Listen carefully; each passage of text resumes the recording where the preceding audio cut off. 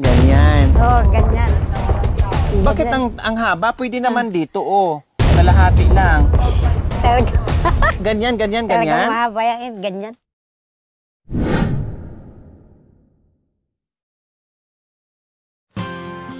Magandang tanghali po sa ating lahat, mga kabayan. Ayan, nandito na tayo. Tapos na tayo doon. Pupunta na naman tayo sa pinakababa. Ito na daw yung last, no? Ay, ang sarap ng hangin. Oh my gulay. Ang sarap ng hangin. Parang may ice na dumampi sa balat ko. So, ang sarap lalo, mga kabayan, no? Kasi pasukal na pasukal yung dinadaanan natin. Ang sarap ng hangin. Para nasa Baguio na rin tayo. Hi! Hello, nanay! Kayo yung pinaka-dulo dito tumira. Ha? Kayo yung huling bahay dyan? Yung bahay naman yung nagbabantay ng halaman. Saan? Diyan. Saan po ang daanan? Diyan. O sige, lagay ko to yung nanay ha, Mike. Para marinig yung salita nyo ha. Okay, sige. Nagulat si nanay sa akin, nakatingin. Ano ba tong? Ito si Nanay Teresita? Oo. Okay, sige. Ang sarap ng hangin dito, Nanay Teresita, ha? Oo. Masarap ang pag-ano. Ang sarap ng hangin dito, mga kabayan. Oh, kita niyo, mga kabayan, oh. Ang lalim na dyan. Bangin na dyan, mga kabayan. Kaya bababa na tayo. Ay, ayun. Nandiyan Wow. yung bahay. Tapos, ayun, ang bayan, mga kabayan. Nakita nyo, oh, namumuti na lang. Yung bubong na makikita mo kasi malayo. At nandito tayo sa itaas. Ngayon, pababa tayo sa bahay ni Nanay Teresita. Kaninong mga pananim ito, Nanay Teresita? Luya. O, kanino po ito? Sa inyo? Sa akin. Wow, ang dami nyo namang pananim. Mura lang. Ha? Mura lang. Mura lang ng alin po ang pagbili? Yung pagbili.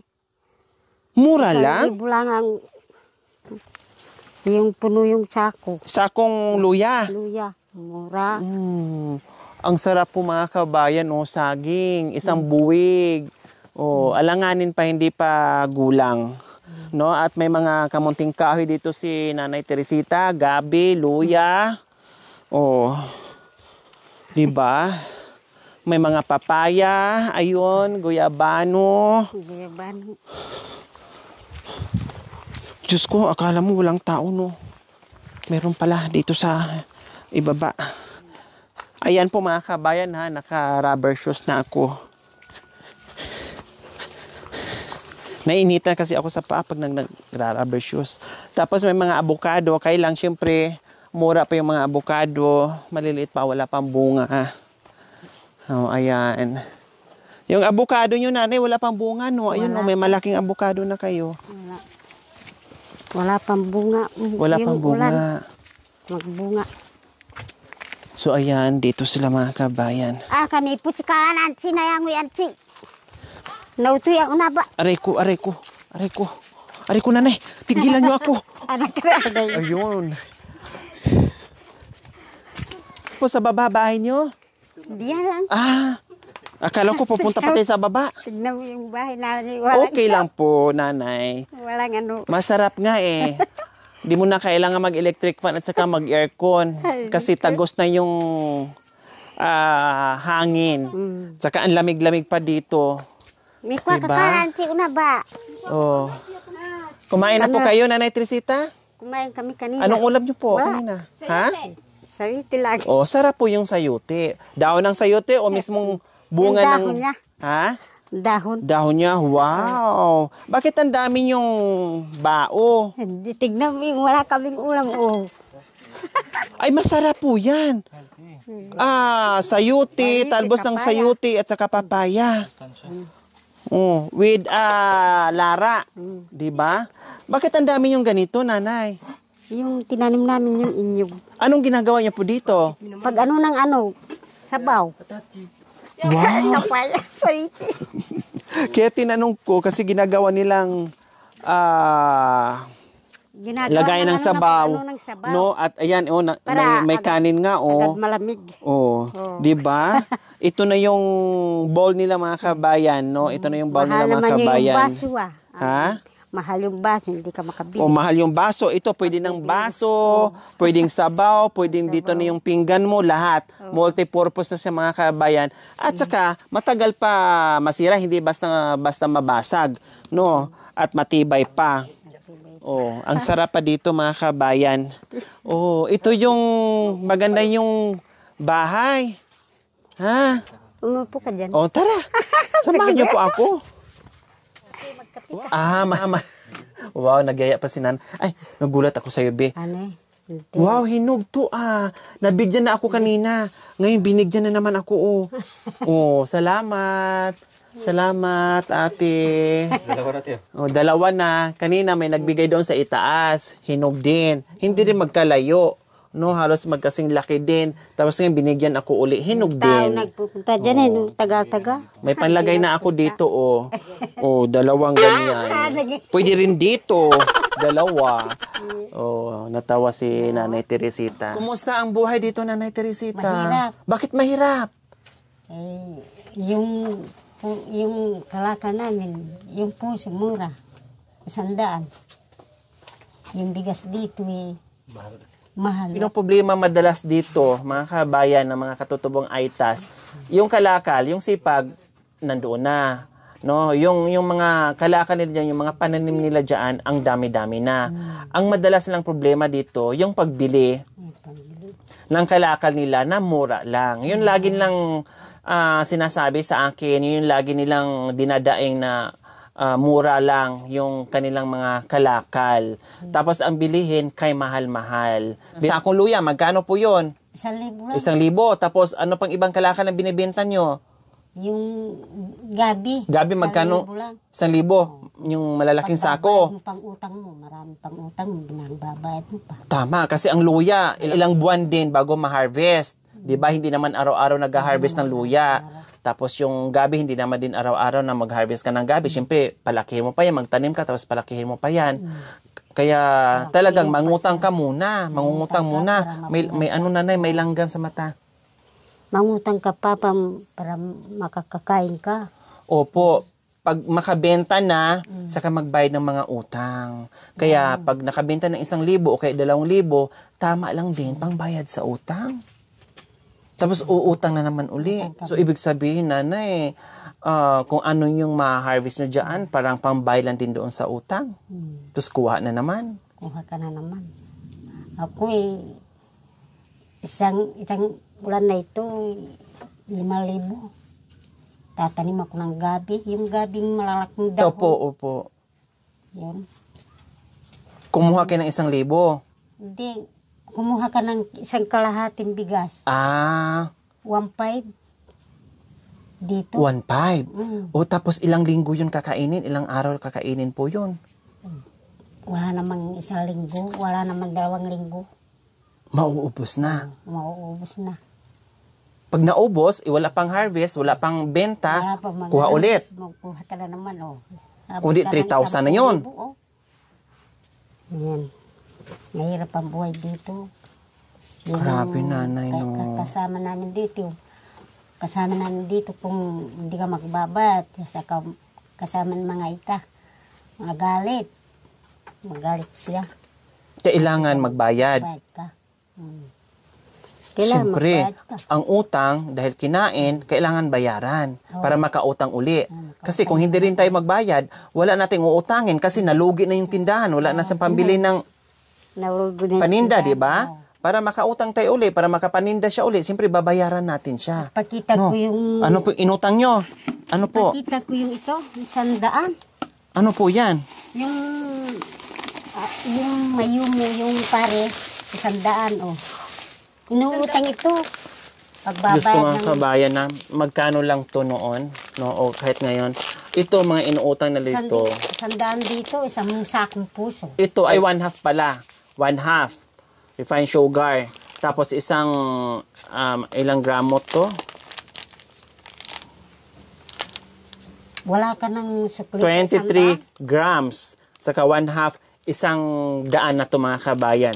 Kaya kay tago-tago ni nanay, at napansin ko, no, ayan, tinitipid ni nanay, napansin ko, mayroong isang may bawas na rin. No, dalawa pala to. Bali 200 to, nanay. Tama? Bali 200 to. Kaya pala nakuha si nanay, may bago na naman siya uli kasi paubos na to. Kasi Hindi pa nababayad yan. hindi pa nabayaran utang.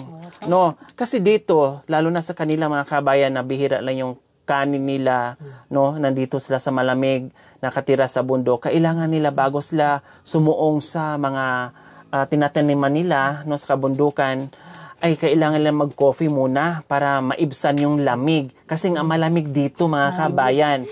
No, ngayon pa lang naramdaman ko, akala mo nasa Baguio ako dahil malamig, no, yung hangin. So siyempre sila, maagang-maaga yan sila, bababa ng bahay, pupunta doon sa mga pananim nila, yung nag-harvest, nagtatanim, nagdadamo, kailangan mag-coffee para mainitan man lang yung katawan. Matagal ka pang maghintay ng tinatanim mo. Opo, kailangan magkape po na nanay, no? Bago kayo pupunta dyan sa mga pananim nyo. And then, ito, nakautang na siya. Tapos, mag-aantay pa sila dyan sa mga pananim nila. Nga, no? Lalaki, aabot ng 10,000 o 5,000 yung utang nila. Kasi nga, ay mag-aantay pa ng matagal, mag-harvest din, bayad utang, bayad utang, bayad utang. Saka ang bait ni nanay, naintindihan niya yung tindahan. Kasi tama nga naman tindahan, kailangan magbayad muna, no? At wala din silang pambalik tinda kung di sila magbayad. Wala din silang mauutang. Ganun lang yun, no? Ayan. Diyos ko, ang dami mo Biro mo yung kapayang makikita. ganyan, yung kapayang ganyan, Opo. isang binder, 50 lang. 50 pesos. Hindi na mahal. Hindi pa makabili ng 1 kilong bigas. Sasakong nagkukuha ng kalaka. Hindi pa makabili ng Hindi na makabili. asukal at kape. Isang dalawang binder ng ganyan. 100. 100. Ang hirap-hirap dito. Kung hindi ka lang Totoo. nagtatanim, wala. Wala. Talagang ramdam ko, nanay. Kaya nga nandito ako, no, hindi ako nagsasawang umakyat, bumaba sa mga kabundukan dito sa tirahan nyo. Kasi nakita ko talaga yung hirap nyo dito, yung sipag nyo dito, yung paghihirap nyo dito, kung anong merong buhay kayo dito. Kaya nandito kami, na kahit paano ay umalalay sa mga tulad yung masisipag na mga katutubong aitas, na nakita namin yung paghihirap nyo dito, na wala kayong reklamo, tiyaga, tiis, tanim pa rin. Tignan mo yung tinatanim namin yan. Hindi pa mag-ano ng dahon, makakutang ka ng 1 kalahati, 1.5. Para kumain ka dito. Hindi pa siya magtubo. Opo, bagong tanim pa lang, no, kailangan umutang muna para may kakainin, utangan muna. Utangan mo. Bago mag-harvest, puno na sa utang, baon na sa utang, kumbaga. Sabi namin sa pag-uutangan, magtitiis ka kung magsiservice na, makabayad kami ng utang. Humingi kayo ng pasensya. Humingi kami ng pasensya kasi kanila sa kamukha namin. Buti naman kahit paano ay mabait yung inuutangan nyo, nakakaintindi sa buhay-buhay. Yung pinsan ko kinagat ng aas. O tapos, ano nangyari? Namatay? Hindi, namatay. Yung pinsan ko doon. Saan banda? Doon sa kabila. Nagpupo dahil sa hirap. Kung wala kang makain, kung hindi natakbo ng hospital? Hindi na itakbo. Diyan lang doon sa kanto, namatay. Yun yung mga kalaban dito na, kumbaga buwis buhay po. Dito, yung mga katutubong aitas, buwis buhay sila. Dahil yung pangangalakal nila, pamumuso, hindi nila alam kung makaapag sila ng ahas, makagat sila ng ahas. Pag natuklaw sila, maliit o malaking ahas, mamamatay dahil napakabisa ng kamandag ng ahas, mga kabayan. Diyos ko. Paano pag nandoon ka sa ilalim, tapos pupunta ka pa doon sa itaas? Nako, sa kaligitnaan pa lang mga kabay, hindi ka pa nangalahati. Wala, tumba ka na, mamatay ka na doon sa kamandag ng ahas. Delikado, kaya maawa naman tayo sa mga kalagayan ng mga katutubong aitas natin. No, na pag meron silang kalakal, bilhin natin ng patas, no, na alam natin dahil meron din silang pamilya, kumakain din sila, may mga utang, kailangan din nila pera, lahat. Kumbaga give and take lang.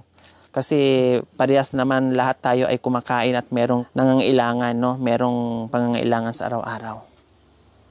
Nagkatago siya sa ng papa niya. Anak mo? Anak niya. Nagtatago siya sa ano, oh. Baka hindi ka makahinga, Bi? Hi! Ipakita So, yung mga mo kabayan o pana, pang ano, hayop daw. Anong klaseng hayop? Ano ba nakukuha nyo? Ha? Luklak. Ano yung Siyempre, araw-araw, wala kang pagbibili ano ng yung ulam. ano yung luklak? Yung luklak, yung bato-bato. Ano yung bato-bato? Isda? Yung ibon. Ah, ibon. Yung ibon. Ah, ha? Paano lilipad yung ibon bago tumama sa kanya? Lumipad. Lagarabi, no? Ayan, oh. Ang talim. Yan yung ginagawa namin ulam yan. Kasi hindi namin na mabili yung ulam namin eh. Yan po ginagawa ng ano. Pinapana. Paano yun? Ganyan, ganyan lang. Oo, pinapana. Ganon, ganyan? Oo. Ha? Hindi. Ay, paano ba? Ganun.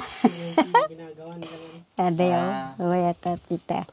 ate na dulo na, sa dulo, sa puso. Paano? Ganyan po yung pag-ano na lalaki. Ay, baliktad. Yung iba, binibili ito. Bakit binibili nila? Kasi yung kano yung nag-ano. Baka matamaan Pag ka ano dyan, nang- Bi. Doon, Nay. Harap Lalo doon, na- Nay. Baka Hindi, makatama. Hindi. Dito, ito tamaan mo. Ganun yung mga lalaki. Yung mga kapatid noon na okay. binibili Ganyan nila. pala. Oo. Okay, sige. Ganyan pala mga kabayan. Ganyan. Oh, ganyan. Bakit ang haba? Pwede naman dito, oh. Kalahati lang. Talaga, Ganyan, ganyan, talaga ganyan. mahaba yan. Ganyan. Ganyan. Oh. Oh, ito, tamaan ko ngayon. Oh, bakit nandyan? Ganyan. Hindi maputol to? Hindi maputo. Hindi maputol? Hindi. O sige nga, try ko nga. Atay. Ganyan, tama to. Ganyan. Kung ibibinta nila yan, Aray ko. marami. Hindi. Watak sahod. Ha? Paano? Ganon? Yun, upag Ganyan, tama na yan? Ay, ayun! Ang galing! Ayun, oh. Talagang tumama. Kung saan gusto kong tamaan. Ayun, oh. Tumama talaga doon, oh. Kuhang-kuha sa target ko. Oh. Ayun. Wow, ang galing. Ganon pala yun. Ano namang mga ibon? Malalaki? Hindi, maliit lang. Yung hayop. Anong hayop ang nakuha nyo? Yung Baboy ramo. Nakakuha na kayo? Yan lang? Mamatay na siya dyan? Talaga? talaga niya. Talaga. Kunin mo na, madam. Ang layo. Ayun, oh, ang galing. Natamaan ko siya, oh.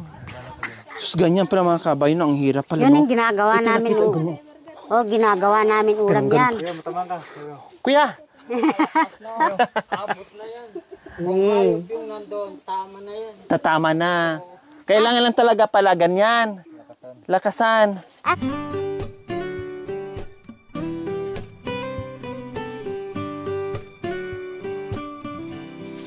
So ayan, nanay, meron na kayong bigas, isang tray na itlog, at assorted groceries. Hindi lang yan, meron ka pang cash. Oh. Salamat po. Masaya po ba kayo sa natanggap yung biyaya sa hapong ito? Masaya. Maraming salamat po sa walang sawang pagmamahal from Ate Daisy. Maraming salamat po sa inyong ginito ang puso. Nawa ipagpalain po tayo ng Panginoong Diyos sa araw-araw. Nawa ibigyan po tayo ng kalakasan ng katawan sa araw-araw. Nawa ibigyan po tayo ng mahabang buhay. Upang sa ganon, marami pa tayong matulungan na gaya nila. So mga kabayan, huwag niyo pong kalimutan, pakishare, subscribe sa aking YouTube channel, Lori Aquino Talita. Maraming salamat po, God bless us all. Bye, nanay!